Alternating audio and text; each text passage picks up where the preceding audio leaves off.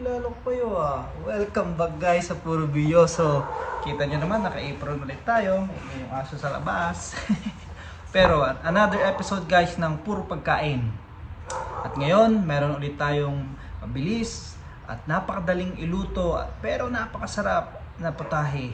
Ito ay tatawagin nating baka rice. Ito guys ay inspired o copy ng isa sa favorite nating meal, sa favorite nating restaurant sa Pinas na pangalan ay Pepper Lunch. Ewan ko, nakakain na kayo doon.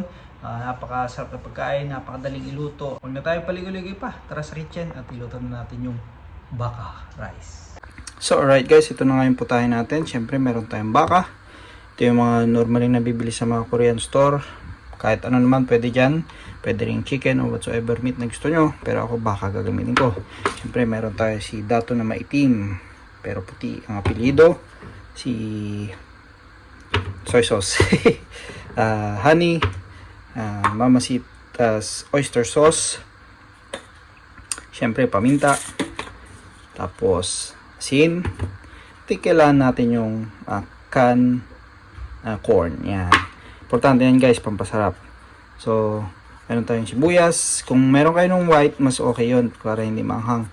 Tapos meron siya tayong butter at syempre yung ating rice. Kaya nga baka rice, diba?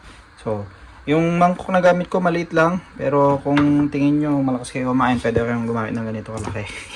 So, unahin natin gawin na yung ating sauce kasi pag sinimulan na natin iluto yung baka, manipis lang yun at mabilis lang. Ayaw natin ma-overcook habang nagpe-prepare tayo ng sauce. Kaya mainam na unahin na natin yung sauce bago pa natin simulan. So, syempre, kailangan natin ng soy sauce. So, tansya-tansya lang to guys. Depende sa dami ng servings nyo. Yan. Honey. Kung wala kayong honey, pwede na yung brown sugar. Siyempre, ang ating oyster sauce. Yan. Ito guys, yung pinaka-importante actually, oyster sauce.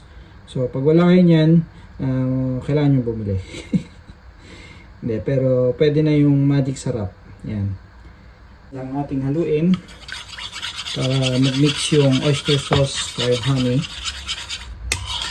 Kasi yung honey namubuo yan sa ilalim guys. Actually mas okay yung brown sugar kaso wala tayo nun.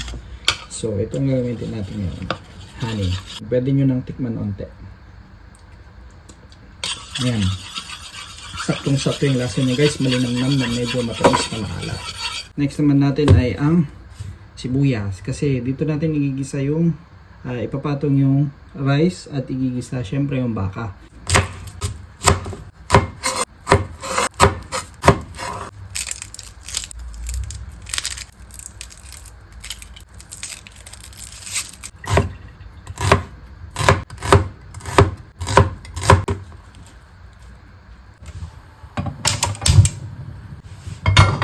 Gamit tayo ng olive oil para medyo healthy kunwari. Lang, paggigisahan lang natin ng sibuyas guys.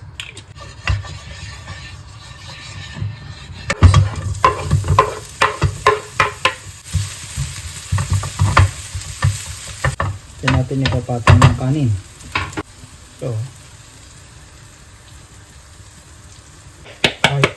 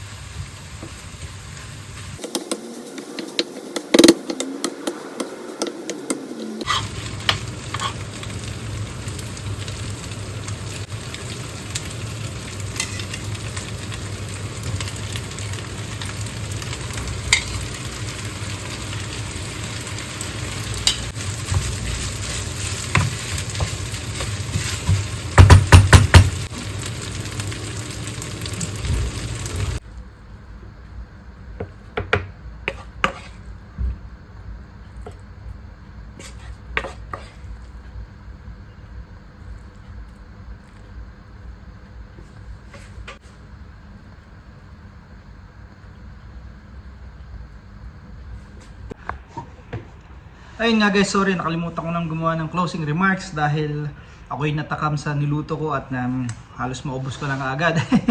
So, yun guys, so nakita nyo sobrang dali lang iluto ng baka rice. Pwede rin kayong gumawa ng version nyo na pwedeng chicken, pwedeng pork, o pwede rin palaka. Bahala na kayo dyan, di ba? Kasi meron nga Java rice eh. So sa atin, baka rice. So anyway guys, kidding aside, sana may natutunan kayo sa engineer. Napakadaling iluto, napakabilis lang. Pwedeng midnight snack, pwedeng lunch, pwedeng dinner, bahala na kayo. So anyway guys, salamat sa mga subscriber, sa mga patuloy na nanonood ng ating video at nag-stay sa ating channel. Sa mga bago lang dyan, sa mga hindi pa nag-subscribe, click nyo na yung subscribe button at syempre yung notification bell. Marami pa tayong iluluto. Puro kalokohan. Puro pagkain yan. So, okay guys, see you in the next video. Bye-bye!